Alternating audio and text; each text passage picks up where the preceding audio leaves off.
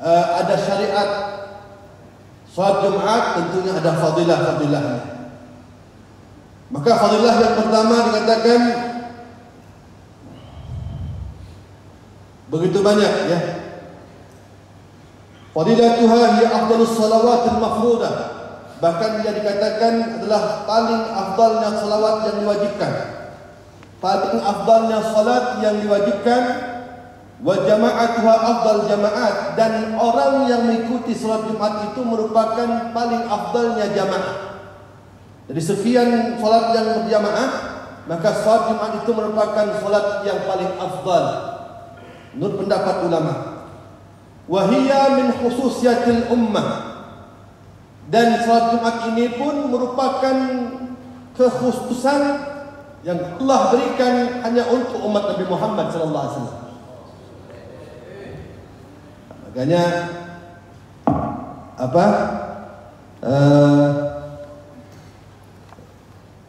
sampai selain fadilah-fadilahnya juga ada kecaman-kecaman. Man taraka salasa jum'in faqad taba Allah ala dhanbih.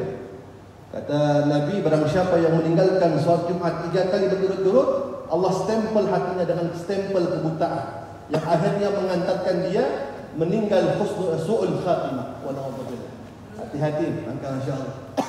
Ada satu riwayat, ada seorang sahabat Nabi mengatakan, ya Rasulullah, ada tipe orang paginya dia itu ibadah puasa, malamnya tekun beribadah. Cuman kebiasaannya dua saja, tarkul jum'ah wal jamaah, meninggalkan salat Jumat dan meninggalkan salat berjamaah. Ini orang kalau kira-kira dia mati, tempatnya di mana Rasulullah? Rasulullah itu kalau bicara dalla wa qalla wa dalla, sedikit, ringkas, jelas, singkat, padat, bermakna. Beliau mengatakan apa? Wa huwa finnar, itu orang tempatnya neraka Allah. Maka hati-hati, Jumat ini penting, makanya perlu dikaji khusus. Kemudian fadilahnya as-salawatul khams wal jum'ah ila al-jum'ah wa ramadan ila ramadan mukaffiratun liman bainahunna ijtinabatul kaba'ir. Salah satu di antara fadilahnya satu hadis Nabi yang mengatakan, adapun salat lima waktu, Jumat satu dengan Jumat yang berikutnya, Ramadan yang satu dengan Ramadan yang akan datang, ya, itu kata Nabi sallallahu alaihi wasallam, mukaffiratun lima bainahunna ijtinabatul kaba'ir, akan melebur, ya, semua dosa-dosa jika kalian meninggalkan dosa-dosa besar. Jadi Jumat yang satu dengan Jumat yang berikutnya kata Nabi, jika tekun, jika betul-betul dilakukan, maka satu minggu itu kita bersih dari dosa. Allahumma shalli ala Muhammad. Masyaallah. Man ghassala yawm al-jum'ah wa ightasala wa bakkara wa ibtakara wa masya wa lam yarkab wa dana min al-imam fastama'a wa lam yalghu kana lahu bi kulli khutwatin amalun sanati ajrun siyamiha wa qiyamiha. Barang siapa yang mandi, tujuannya mandi sunnah dari Jumat, dan betul-betul mandi, artinya bukan mandi yang serampangan dengan sabun, dengan niat khusus untuk sholat Jumat, ya seperti orang mandi wajib lah katakan. Kemudian bersegera menuju ke masjid, ya, bersegera menuju ke masjid, ya, dengan amalan-amalan zikir, kemudian berjalan, tidak menggunakan kendaraan, ya, jadi relatif lah. Kalau terlalu jauh tentunya, ya. Kemudian lebih mendahului imam, kemudian dia dengarkan nanti khutbah Jumat dari imam dengan seksama dan tidak lalai kata Nabi sallallahu alaihi wasallam. Maka apa katanya? Setiap perjalanan dia tersebut, langkahnya tersebut, itu Allah Subhanahu wa taala samakan seperti orang yang melakukan satu perbuatan baik selama setahun, dan dianggap dia seperti orang yang sama pahalanya puasanya setahun dan mendirikan puasa dengan betul selama setahun. Jadi Masya Allah di hadis ini juga menguatkan motivasi kita, ya, ketika kita betul-betul di hari Jumat itu mempersiapkan diri, berbersih-bersih badan, mandi, potong kuku, kemudian apalagi kemudian berharap kepada Allah Subhanahu Wa Taala sehingga datang lebih awal ke masjid, kemudian dengan berjalan kaki diutamakan, maka orang seperti ini mendapatkan pahala seperti orang yang beribadah puasa dengan betul-betul beribadah menghadap Allah tanpa 100 tahun, kata Nabi sallallahu alaihi wasallam. Ya, maka masya-Allah, Allah merzukna insyaallah semuanya seperti itu. Kemudian sanatu fardiyatiha, tahun daripada diwajibkan ini salat Jumat, yaitu furidat di Makkah lailatul Isra wal Mi'raj, diwajibkan di Makkah malam Isra wal Mi'raj. Dan wa awwalu man sallaha As'ad bin Durarah radhiyallahu ma'a Mus'ab bin Umair nahdu Quba bil Madinah. Dan pertama kali dikerjakan itu oleh beberapa sahabat yang bernama As'ad bin Dubair bersama Mus'ab bin Umair di Masjid Quba. Di Masjid Quba di Madinah. Baik. Walam yusalliha Nabi di Makkah li'adami tamakkunhi minha. Dan Nabi kenapa belum melakukan di Mekah? Karena tidak memungkinkan kondisi saat itu. Ya, tidak memungkinkan. Pada saat itu kondisi Mekah masih belum stabil. Baik, Masya Allah. Langsung ke materi syarat. Syarat wajib Jum'ah. Ada 7. Boleh catat sambil. Yang pertama tentu, berbicara masalah syarat itu biasanya di luar di luar substansi, artinya di luar materi. Sebelum masuk materi ini dipersiapkan dulu, itu namanya syarat. Kalau memenuhi syarat berarti dia termasuk orang yang wajib melakukan salat Jumat. Yang pertama jelas syaratnya orang yang wajib salat Jumat adalah Islam. Maka enggak boleh daripada orang kafir disyaratkan salat Jumat. Kalau orang murtad bagaimana? Tetap wajib. Dan dia akan dituntut mengqadha Jumat yang tinggalkannya di hari-hari dia setelah kembali pada Islam dengan menggantinya sholat zuhur. Misalnya ada satu orang ini murtad itu macam-macam. Ya, ada orang murtad dengan qaul, perkataan. Ada murtad dengan fi'il. Perbuatannya itu Masya Allah mengandung nilai kesyirikan. Ini hati-hati.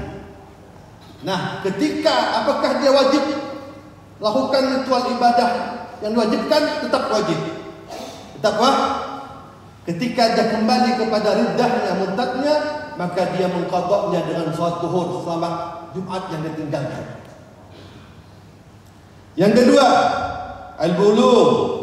Wala tajibu 'ala as-sabi wa tasrifu min idza kana mayyidan. Maka tidak wajib bagi orang yang belum baligh, anak kecil misalnya, ya, tapi jika dia salat sah. Nanti kita akan bahas ada beberapa kategori orang yang hadir di masjid di salat Jumat itu, beberapa kategori nanti setelah ini. Yang kedua al-aql. Tentunya orang berakal.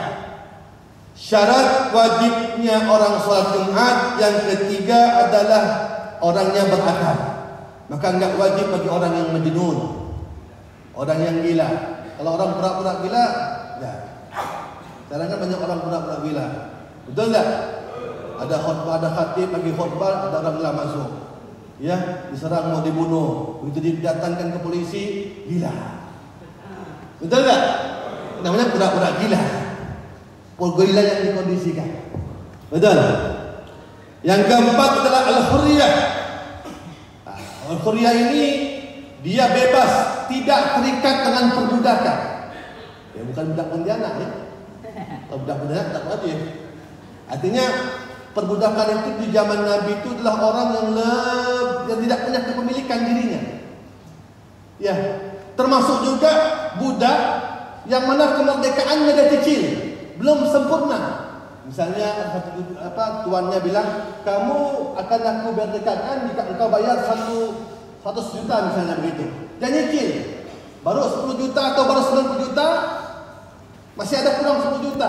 Nah, orang seperti ini tidak wajib salat Jumat. Baik.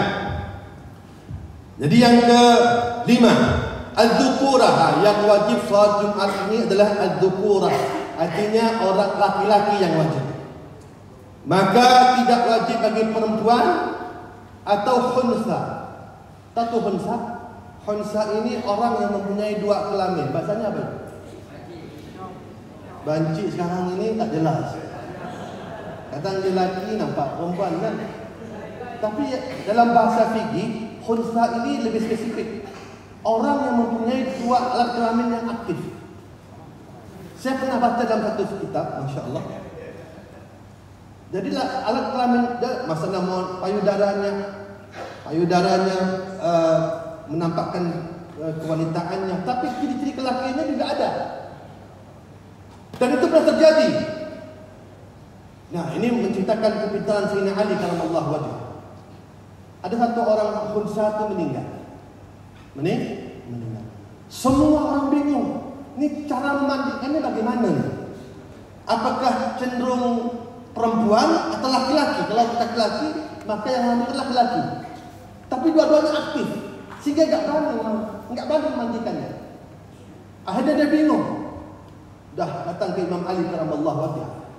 Ya, Aliun babuha, ana nabaritul ilm wa Aliun babuha. Ana kata Rasulullah, kau tanya ilmu, Ali itu pintunya.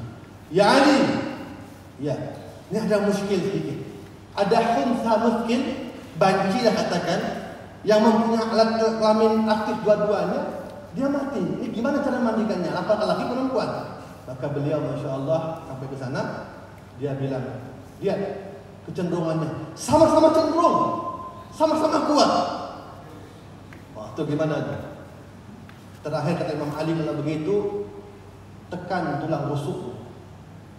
Jika tulang rusuknya tersebut ia kurang antara kanan dan kiri, pastikan dia adalah laki-laki.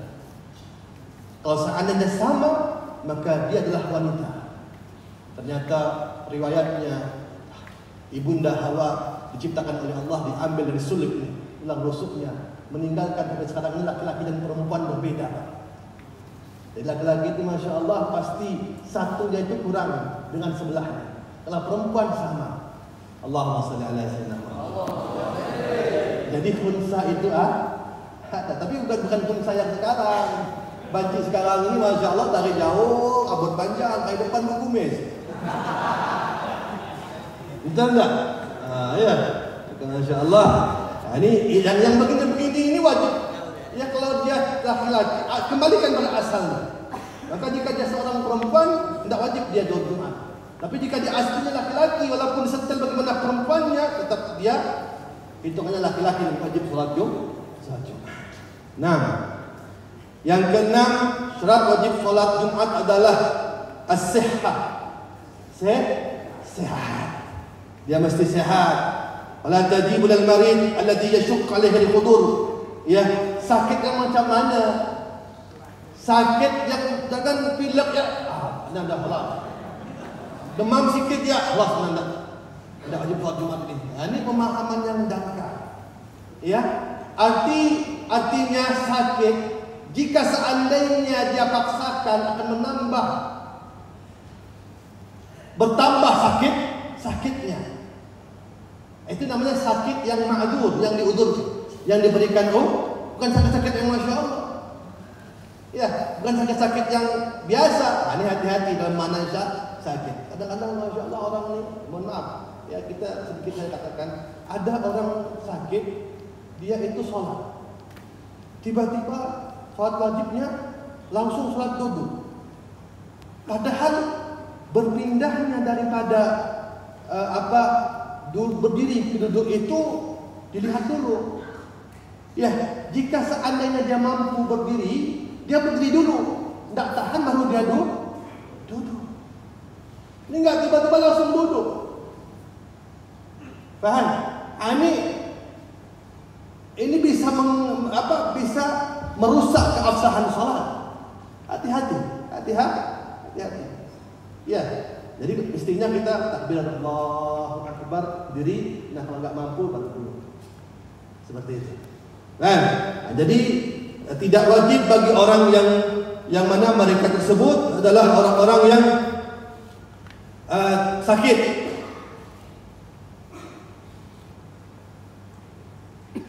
ولا يجوز له الانصراف إلا إذا شق عليه الانتظار مشقة شديدة لا تحمل. Yang ketujuh adalah al-iqamah, ya, wajib bagi orang yang mukim, ya. Fala yajtazibu lil musafir, maka tidak wajib bagi orang musafir.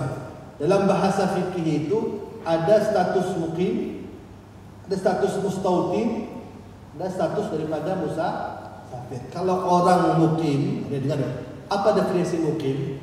Orang yang ketika dia pergi satu tempat, dia asalnya misalnya di sini, asalnya di Udana, dia kepengen ke Singkawang.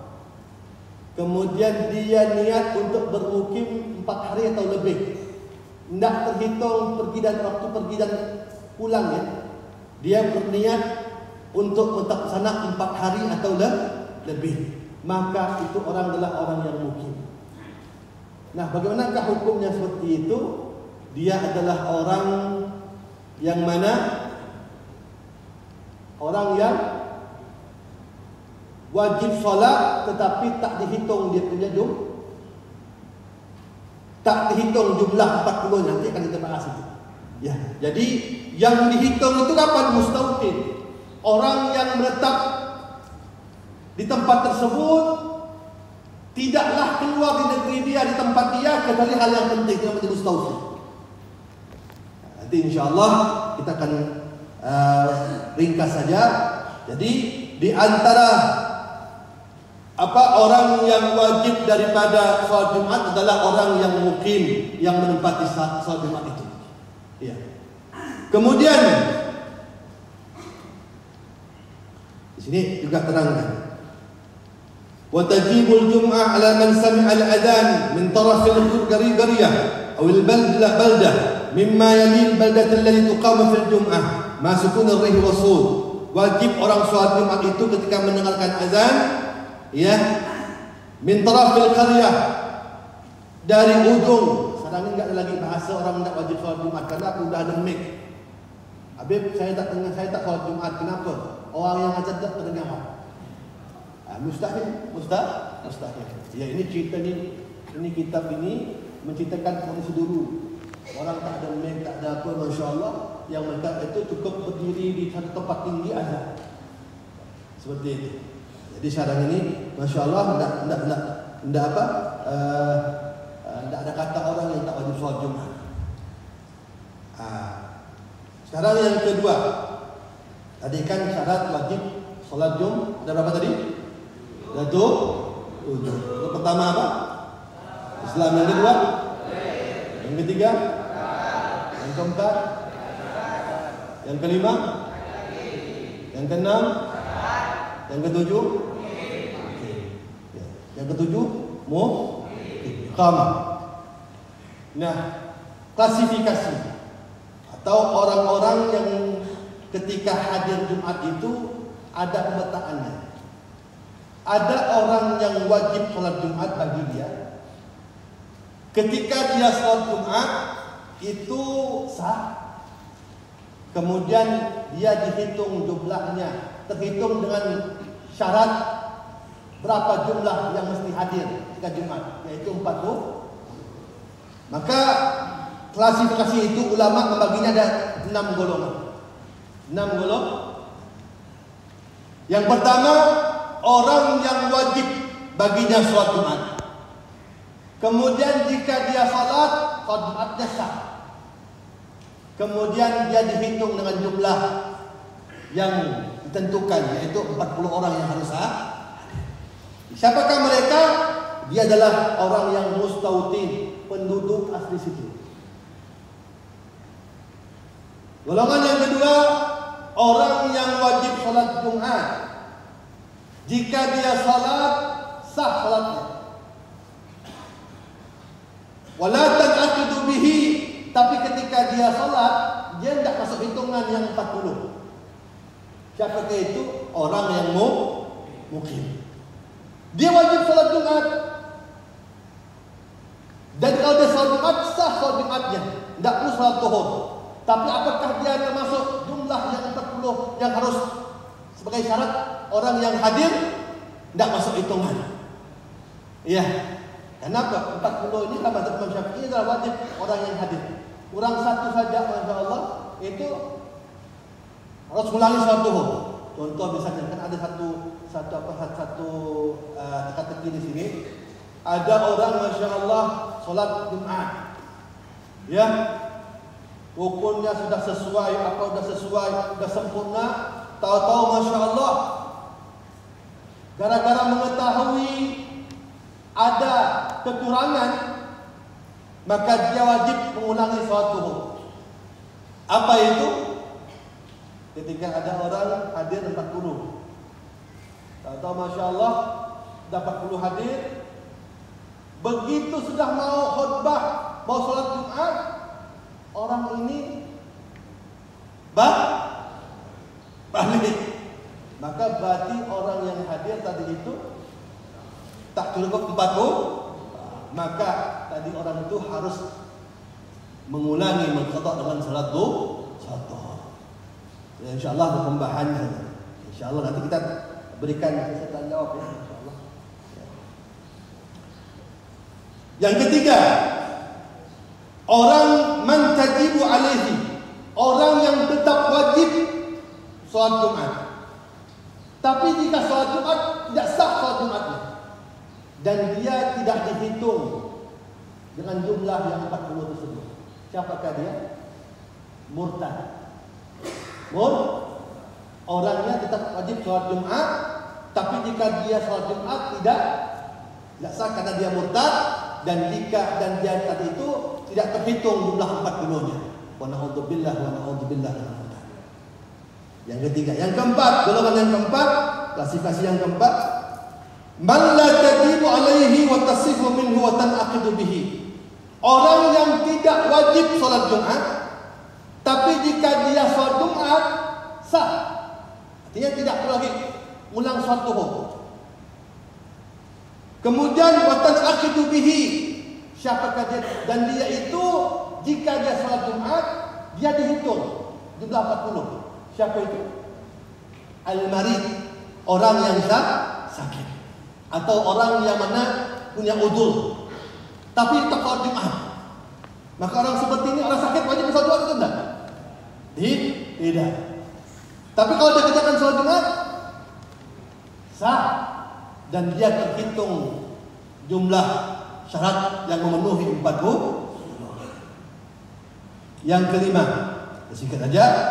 Yang kelima adalah man la tajibu alaihi wa tasihu minhu la tanaqidu bihi. Orang yang tidak wajib salat Jumat, kemudian jika dia salat Jumat, maka wajib dia itu dia sah salat Jumatnya. Saya ulangi. Dia tidak wajib sholat Jumat, tapi jika dia mengerjakan sholat Jumat sah sholat Jumatnya, dan dia disebut wala tanaqidu bihi, dia tak termasuk hitungan 40. Siapakah dia? Orang musafir. Ini klasifikasi yang kelima. Baik. Kemudian yang ke-6, man la tajibu alaihi wa la tasihu minhu wa la tanaqidu bihi. Orang yang tidak wajib sholat Jumat, dan jika dia sholat Jumat tidak sah sholat Jumatnya, dan tidak terhitung dengan 40. Siapakah itu? Orang kafir. Orang kafir asli, ya, atau orang yang majnun, atau orang yang iman. Jadi masya Allah, berapa tadi? Ada kira-kira dengan 6 ini bisa ditangkap, bisa dipahami. Itulah klasifikasi orang-orang yang hadir, orang yang hadir sholat Jumat. Ada beberapa 6 kategori. Ada yang wajib, ya, bagi dia, kemudian sah kalau dia sholat, dan dia masuk hitungan. Insyaallah terjabarkan nanti. Ya, sudah paham semuanya. Di waktunya kejar ini, masya Allah. Nah, syarat sahnya Jumat.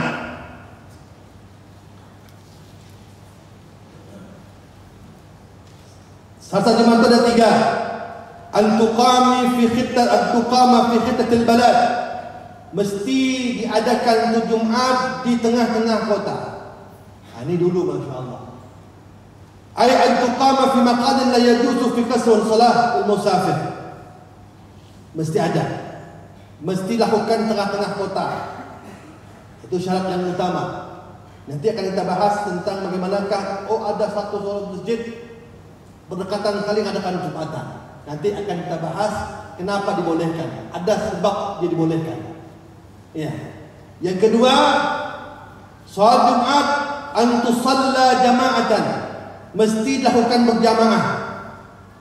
Wa tajibul jama'ah fi rak'atil ula ila al-faragh min as-sajdah ats-tsaniyah. Fa in nawaw mufaraqah ba'daha wa akmaluha furada ila nihayatiha satu Jumat. Nah, katakan sini wajib dia itu mengerjakan salat Jumat berjamaah. Jika ada orang dia itu bermakmum dengan imam salat Jumat di rakaat pertama sampai sujud, naik rakaat yang kedua dia mufaraqah. Kemudian saat itu dia selesaikan sendiri, tetap sah. Yang penting di rakaat pertamanya masih tuntas. Masih tuntas. Dan yang ketiga adalah syarat sahnya Jumat itu adalah an takunal jamaah arba'in ahraran. Hendaklah jamaah itu diadakan yang hadir 40 orang yang merdeka. Ya, dukuran laki-laki, balighin orang yang baligh, wal mustautin orang yang mustautin. Jadi 40 tadi itu adalah mesti lakukan 40 orang, kemudian laki-laki, kemudian baligh dan orang yang mustautin. Al-muqim tidak termasuk. Ya, muqim tidak termasuk. Adanya masya-Allah, saya di pondok itu santri, saya salat Jumat setiap hari kita salat zuhur. Jumat ke salat zuhur. Ya, kenapa? Santri kurang lebih 100. Tapi kalian lihat itu masya-Allah dia tidak begitu banyak yang mustautin. Banyak faktornya. Makanya ikhtiyatan kita salat zuhur setelah itu. Baik, lanjut. Nah, yang 40 ini itu yang mutamat ya. Habib, ada pendapat yang mengatakan ada seperti Imam Qaul Ibnu Hazm yang mengatakan 2 orang dah cukup. Ada lagi masya-Allah 3 orang cukup. Itu pendapat yang kecil, tidak bisa dihujah. Tidak bisa dihud. Ya mungkin masya-Allah untuk yang sifat-sifatnya di awal-awal Islam atau di tempat-tempat yang mana baru masuk Islam, misalnya di negeri, misalnya di kota Kalbar ini ada tempat kampung yang berapa orang masuk Islam, biar untuk menarik semangat, masya-Allah mereka buat 3 orang atau 10 orang itu mengadakan Jumat, itu tidak apa-apa, darurat dan ikhtiyatan pun juga insya-Allah qada salat zuhur, ditambah dengan salat zuhur biar menjaga. Yang seperti ini darurat, karena apa? Sifatnya darurat itu bisa memperbolehkan sesuatu yang dilarang oleh Allah Subhanahu wa taala. Jadi masya-Allah 3 ayat. Kemudian saya harap bisa selesai ini. Saya minta waktu. Tadi kata Ustaz masya-Allah Abdullah, waktunya cukup panjang. Baik.